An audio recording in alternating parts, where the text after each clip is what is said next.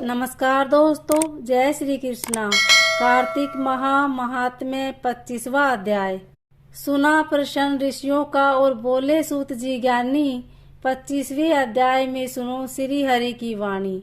तीर्थ में दान और व्रत आदि सत्कर्म करने से मनुष्य के पाप नष्ट हो जाते हैं, परंतु तू तो प्रेत के शरीर में है, अतः उन कर्मों को करने की अधिकारिणी नहीं है।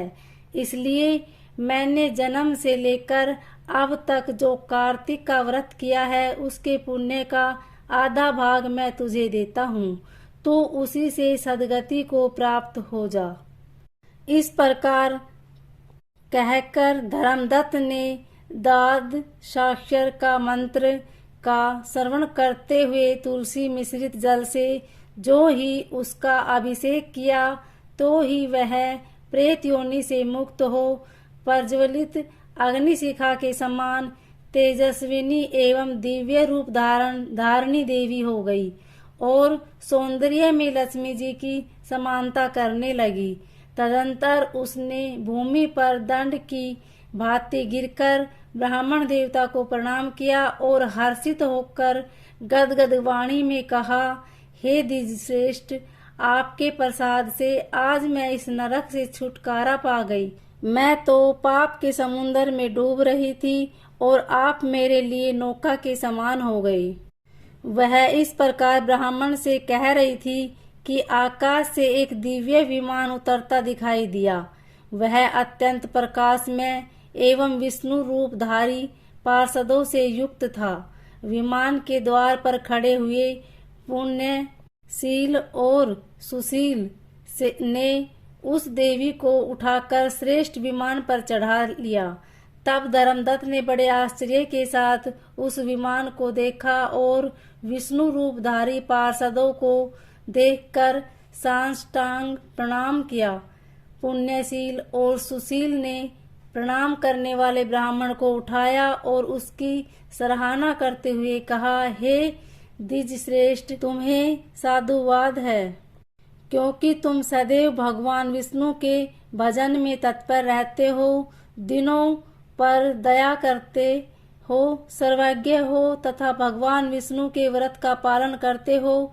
तुमने बचपन से लेकर अब तक जो कार्तिक व्रत का अनुष्ठान किया है उसके आधे भाग का दान देने से तुम्हें दुगना पुण्य प्राप्त हुआ है और सैकड़ों जन्मों के पाप नष्ट हो गए हैं।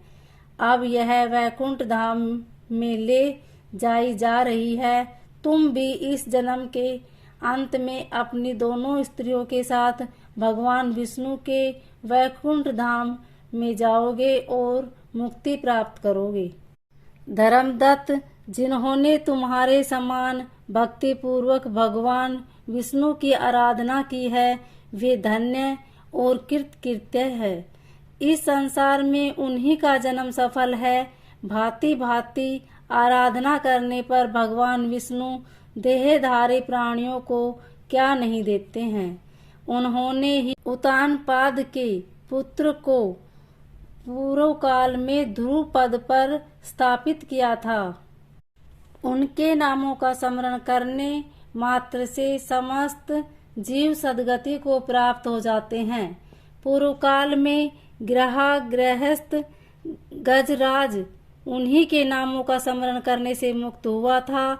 तुमने जन्म से लेकर जो भगवान विष्णु को संतुष्ट करने वाले कार्तिक व्रत का अनुष्ठान किया है, उससे बढ़कर यह न यज्ञ है, न दान है और न ही तीर्थ है।